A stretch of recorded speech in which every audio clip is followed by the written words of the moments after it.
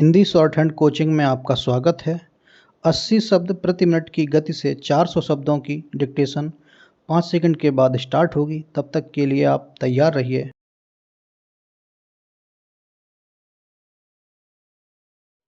Start. सभापति महोदय, प्रतिदिन छोटी मोटी झड़पें होती रहती हैं। हमारी फौजें बड़े उत्साह से उनके मुकाबले में खड़ी हैं। उनके हौसले बहुत ऊंचे हैं, लेकिन हमारी सरकार का भी यह कर्तव्य है कि उनके हौसले को कभी गिरने न दे।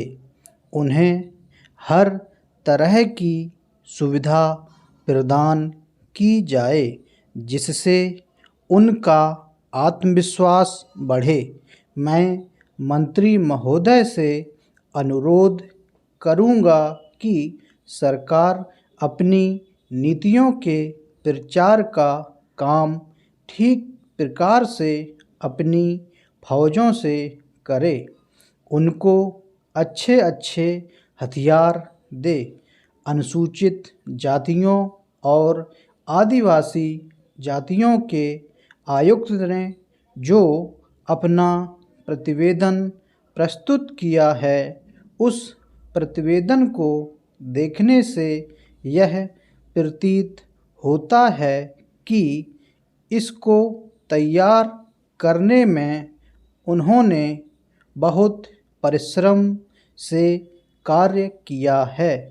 इसके लिए मैं उनको और उनके सहयोगियों को धन्यवाद देता हूँ, परंतु साथ ही साथ इस प्रतिवेदन के संबंध में कुछ आवश्यक निवेदन भी करना चाहता हूँ।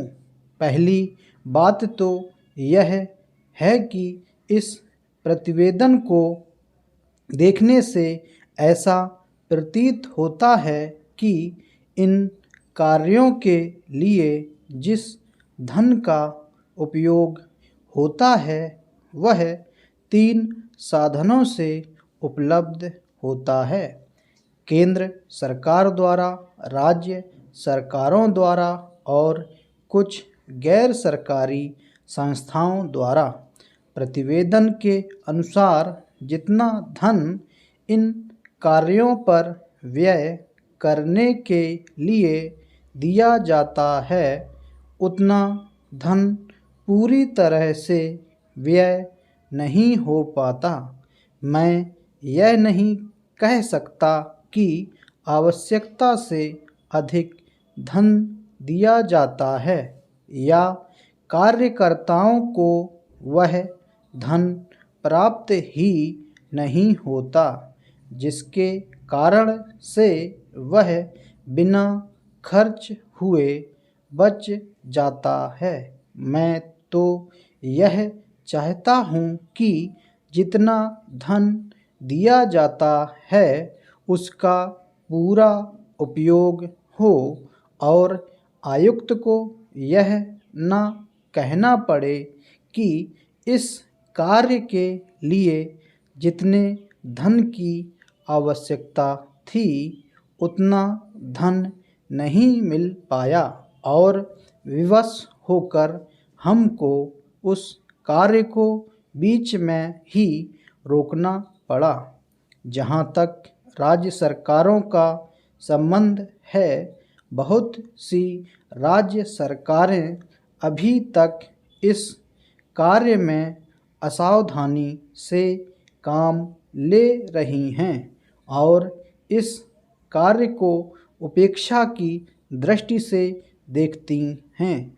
आयुक्त ने इस बात की शिकायत की है कि बहुत सी राज्य सरकारों ने अनेक पत्र भेजने के बाद भी अभी तक अपनी रिपोर्ट नहीं भेजी है। मैं चाहता हूँ कि सरकार इस तरफ निष्ठापूर्वक ध्यान दे। राज्य सरकारों पर दबाव डाला जाए कि वे इस दायित्व के प्रति सचेत हों और आयुक्त को उनके कार्य में पूरा सहयोग प्रदान करें। स्टॉप।